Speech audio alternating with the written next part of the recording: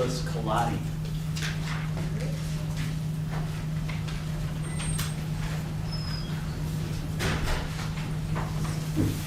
Good afternoon. And sir, before you take your seats, please raise your right hand and my clerk will swear you in. Do you solemnly swear that the testimony you're about to give in this matter will be the truth, the whole truth, and nothing but the truth, so help you God? Yes, ma'am. Thank you. You may be seated. Thank you, Your Honor. Good afternoon, sir. Good afternoon. Sir, could you please state your name and spell it for the record? Nicholas Calati, it's spelled Calati. How are you employed, sir? Grand Rapids Police Department, And how long have you been employed with GRPD? 27 years. Okay.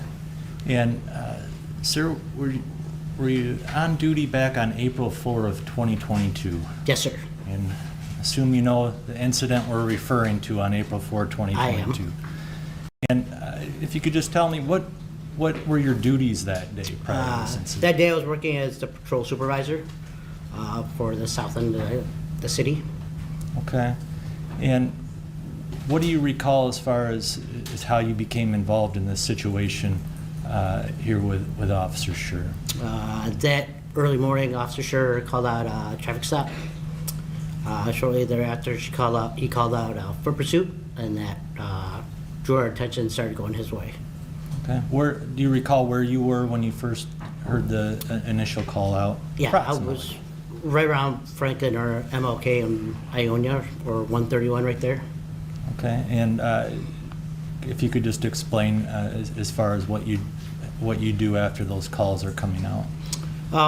When those calls come out, we activate our lights and sirens because it's emergency response.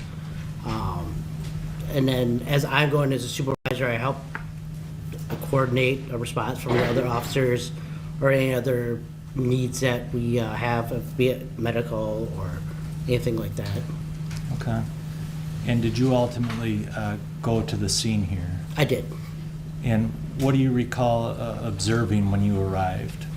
When I arrived, I was not the first one there. There were a couple other officers that had arrived first.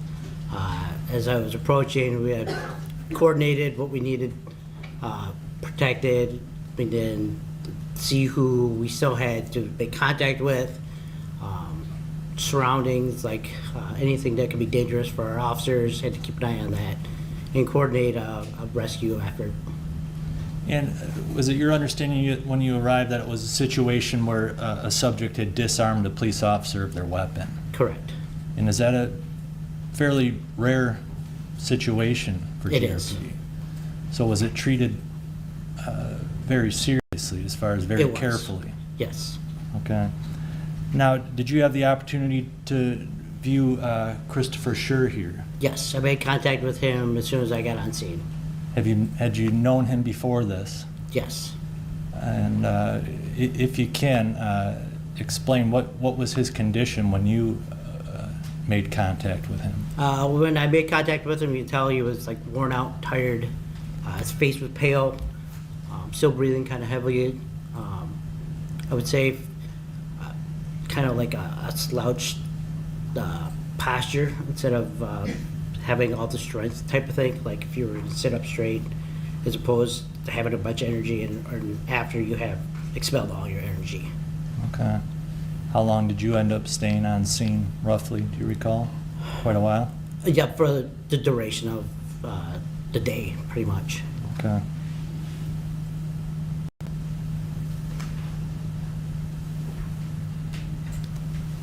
That's all I have. Thank you, sir. No questions? We'll see one hand raised on the jury, so have my clerk probably grab that question.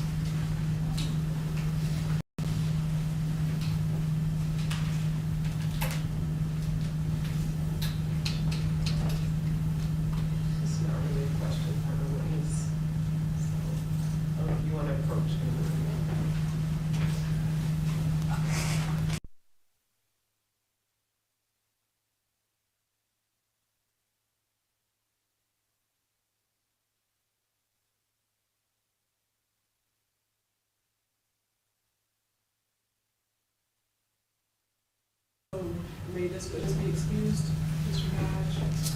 Yes, please, Your Honor. Any objection? No objection, Your Honor. Thank you very much, officer.